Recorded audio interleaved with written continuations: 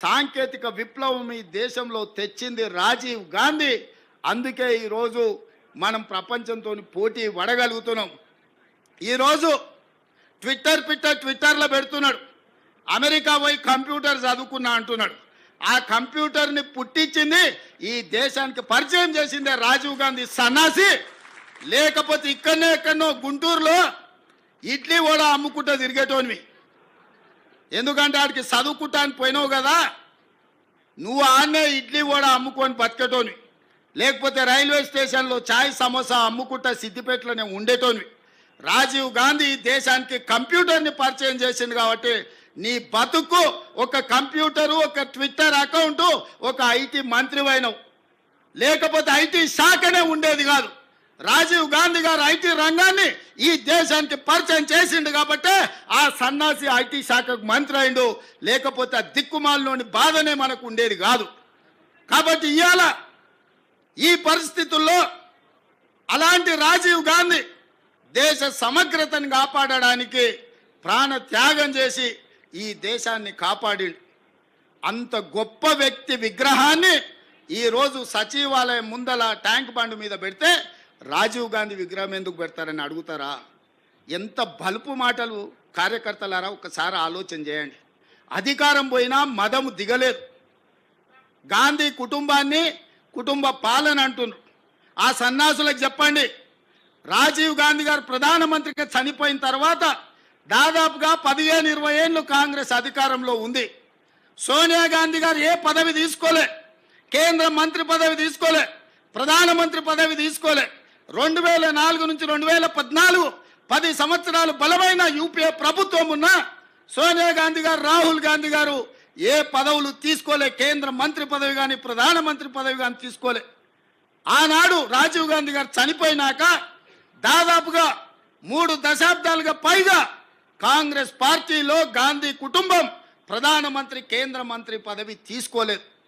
పదవి త్యాగం అంటే వాళ్ళని చూడాలి, ప్రాణ త్యాగం అంటే వాళ్ళని చూడాలి, స్వతంత్ర పోరాటం అంటే ఆ కుటుంబాన్ని చూడాలి. మోతీలాల్ నెహ్రూ, పండిత్ జవహర్లాల్ నెహ్రూ స్వతంత్రం కోసం పోరాటం చేసి ఈ దేశానికి స్వతంత్రం తెచ్చినోళ్ళు. శ్రీమతి ఇందిరాగాంధీ, శ్రీ రాజీవ్ గాంధీ ఈ దేశం కోసం ప్రాణాలు త్యాగం చేసి దళిత, గిరిజన, ఆదివాసీలను ఆదుకున్న జాతి. సోనియా గాంధీ, రాహుల్ గాంధీ పదవి త్యాగం చేసి మన్మోహన్ సింగ్, పివి నరసింహారావు లాంటి మేధావులను ఈ దేశానికి ప్రధానమంత్రులుగా పరిచయం చేసింది. తెలంగాణ బిడ్డను ఈ దేశానికి ప్రధానమంత్రిని చేసింది శ్రీమతి సోనియా గాంధీ కాదా?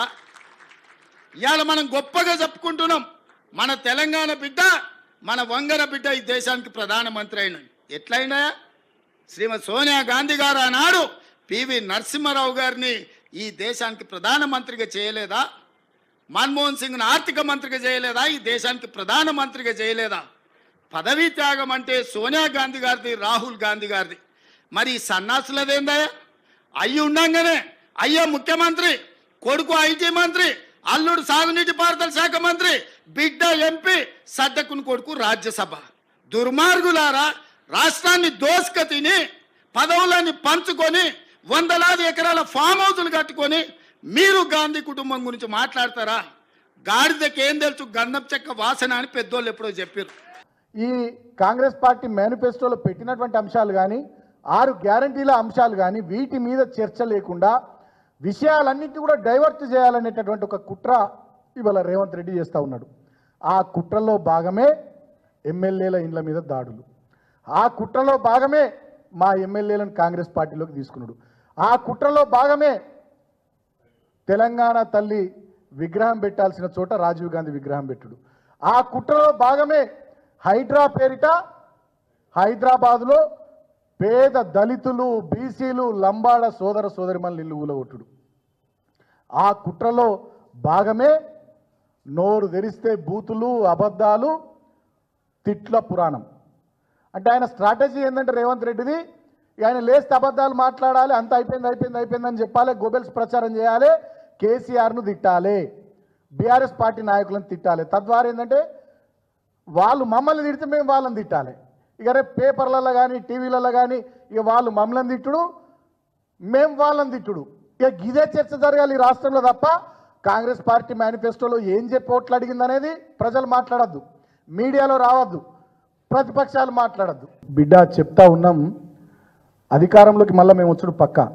నేను చెప్తా ఉన్నా, కొన్ని గోస్ట్ అకౌంట్లు, ఫేక్ అకౌంట్లు పెట్టి సోషల్ మీడియాలో, ట్విట్టర్లో, ఫేస్బుక్లో, ఇన్స్టాగ్రామ్లో, వాట్సాప్ గ్రూపులలో కొన్ని ఊరు పేరు లేని, తలా తోకా లేని ఆన్లైన్ పేపర్ల పేరిట కేసీఆర్ గారి మీద, కేటీఆర్ గారి మీద, మా హరీష్ గారి మీద, కవిత గారి మీద, తర్వాత ఎవరైతే మాట్లాడుతున్నారో కౌశిక్ రెడ్డి గారి మీద, మా వివేకానంద గౌడ్ మీద, పల్లా రాజేశ్వర రెడ్డి మీద, ప్రశాంత్ రెడ్డి గారి మీద, శ్రవణ్ గారి మీద, నా మీద, చాలామంది మా నాయకులందరి మీద ఫేక్ న్యూస్ స్ప్రెడ్ చేస్తూ ఉన్నారు. నాకు అందరు తెలుసు, నేను చెప్తా ఉన్నా, ఇలా మీడియా రికార్డ్ చేసుకోండి మీరు, నేను చెప్తా ఉన్నా, నాకు అందరు తెలుసు. రేవంత్ రెడ్డి టీంలో అధికారులు ఎవరో, రేవంత్ రెడ్డి టీంలో ఇవన్నీ నడిపిస్తున్న ఎవరో అందరూ తెలుసు నాకు. రేపు మేము అధికారంలోకి వచ్చిన పక్క కేసీఆర్, కేటీఆర్, హరీష్ రావు ఇడిసబెట్టి నేను మిమ్మల్ని ఇడిసబెట్ట బిడ్డ చెప్తున్నా, ఓపెన్గా చెప్తున్నా. కేసీఆర్ గారు, కేటీఆర్ గారు, హరీష్ రావు గారు మిమ్మల్ని క్షమించి వదిలేసినా, ఇవాళ రేవంత్ రెడ్డి టీంలో ఉన్న అధికారులు ఎవరైతే ఈ డ్రామాలు చేస్తూ ఉన్నారో, రేవంత్ రెడ్డి టీంలో ఉన్న ఇంకా కొంతమంది ఎవరైతే నేను మాట్లాడేది మీరు వింటున్నారో, మీకు అర్థమవుతుంది, మీరు ఈ ప్రెస్ కాన్ఫరెన్స్ చూస్తున్నారు, నేను చెప్తున్నా. కేసీఆర్, కేటీఆర్, హరీష్ అన్న వాళ్ళు మిమ్మల్ని నిడిచిపెట్టినా నేను మిమ్మల్ని నిడిచిపెట్టా. అధికారంలోకి 4 రోజులు వెనక ముందు మేము వచ్చుడు పక్క మిమ్మల్ని నిడిచిపెట్టాం. రాజకీయాలు చేస్తే ఫేర్గా చేసుకుందాం. మీరు అధికార పక్షం, మేము ప్రతిపక్షం. మేము ప్రజల గురించి మాట్లాడతాం, ప్రజా సమస్యల గురించి మాట్లాడతాం. మీరు ప్రజలకు ఏం హామీలు ఇచ్చిర్రో వాటిని మీకు గుర్తు చేసుకుంటూ మేము ప్రజల పక్షాన మాట్లాడతాం. మీరు చేతనైతే పని చేయండి, శాతకాకపోతే గమ్మునుండండి తప్ప వ్యక్తిత్వాన్ని దెబ్బతీసే విధంగా మా నాయకత్వం మీద, మా వాళ్ళ మీద బురద జల్లేటటువంటి ఫేక్ న్యూస్లు, డ్రామాలు చేస్తే 1000% మీరు ఎవడెవడు పెడుతున్నా అని తెలుసు. మీ గొట్టపు ఛానళ్ళు, మీ గొట్టపు కథలు, మీ గొట్టంగాళ్ళు అందరూ తెలుసు. ఎవరిని వదిలిపెట్టాం, మిత్తి కాదు, దానికన్నా ఎక్కువ ఇస్తాం.